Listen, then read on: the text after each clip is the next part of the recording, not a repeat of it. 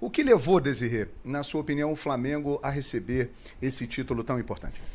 Eu acho também, assim, João, quer dizer, quando eu comecei a falar, acho que eu tentei situar um pouco nessa questão dos 130 anos, porque tem alguns momentos, assim, que são estratégicos para a gente pensar, né? O que é o Flamengo ser o maior do mundo, o Flamengo ter a maior torcida. Mas a década de 30 é um ponto muito importante que a gente estava conversando aqui nos bastidores, né? A década de 30, ela tem um momento, assim, que se a gente for pensar, assim, tentar situar no século, é início do século XX, em que a gente está se constituindo como república, o Flamengo também está se constituindo como uma nação.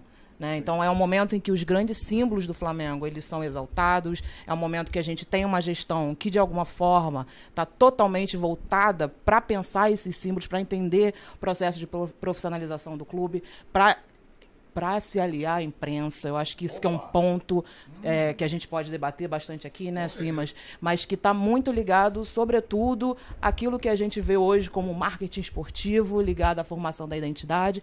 Então, a década de 30 está muito ligada a isso, né? Do Flamengo se constituir como uma representação maior da nação.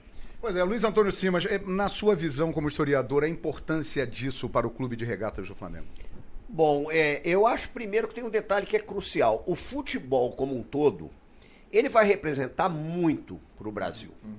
Né? Se a gente pensar, por exemplo, o Brasil passou por 400 anos de escravidão, transição da monarquia para a república, e na república o mercado formal de trabalho, ele foi um mercado formal muito fechado.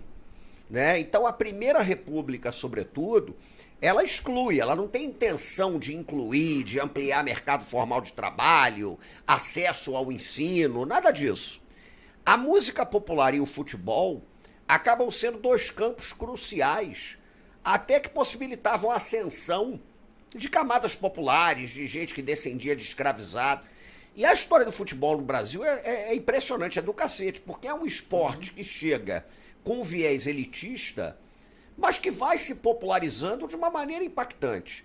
Então, praticamente todos os clubes surgem, pelo menos aqueles, com esse viés elitista, mas eles vão se popularizando.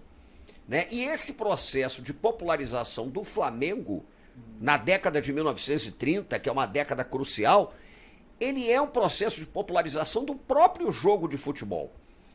Porque o próprio Getúlio Vargas estava atento à ideia do futebol ser um símbolo que poderia representar a ideia da nacionalidade, né? A Copa de 1938, que é a primeira Copa transmitida pelo rádio para o Brasil, e muita gente considera que é a Copa que cria, né, desperta uma relação íntima com o futebol que é enorme.